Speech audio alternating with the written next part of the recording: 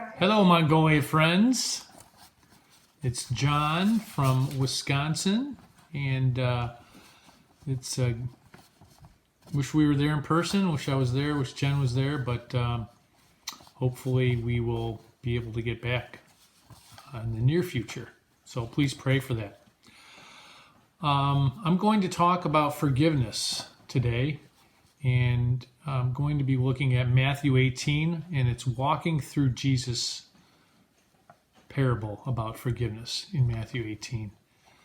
And you could be thinking, oh, again? Haven't we talked about this before, forgiveness? Why are we talking about it again? And we have. But it's something that Jesus talks about a lot. And we need to talk about it more than once, in fact, many times. It's still one of the most important topics that's central to our life and as a follower of Jesus. But it's never done. And I know that probably all of us have some unreconciled relationships that need to be reconciled.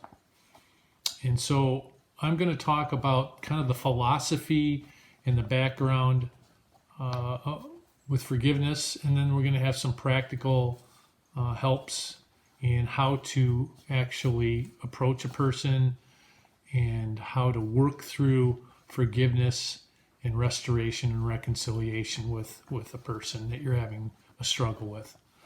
So please pay attention to this. This is very important. We all need this, and we all need God's help. So Matthew 18, we're going to talk about forgiveness issues. And if we look at the greater context of the parable Jesus gives in verses 21 and following, we see that he has some harsh words for those who are following him. Strong words. The chapter starts out with Jesus' disciples asking him about who's the greatest in the kingdom. We know from other times that they asked this question to settle an argument about which of them is the greatest in the kingdom.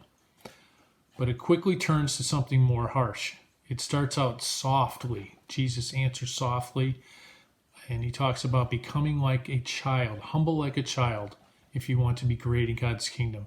And then Jesus turns a little harsher. He says if you cause a child or someone who is weaker to stumble, it would be better to drown in the sea. That's pretty strong. He then gives more judgment on those who cause others to stumble in verses 7 to 10. And Jesus warns that if he has saved and forgiven, we have to be cautious to do the same. He gives some guidance in how to handle a situation in which someone has sinned against me. We'll get back to that later.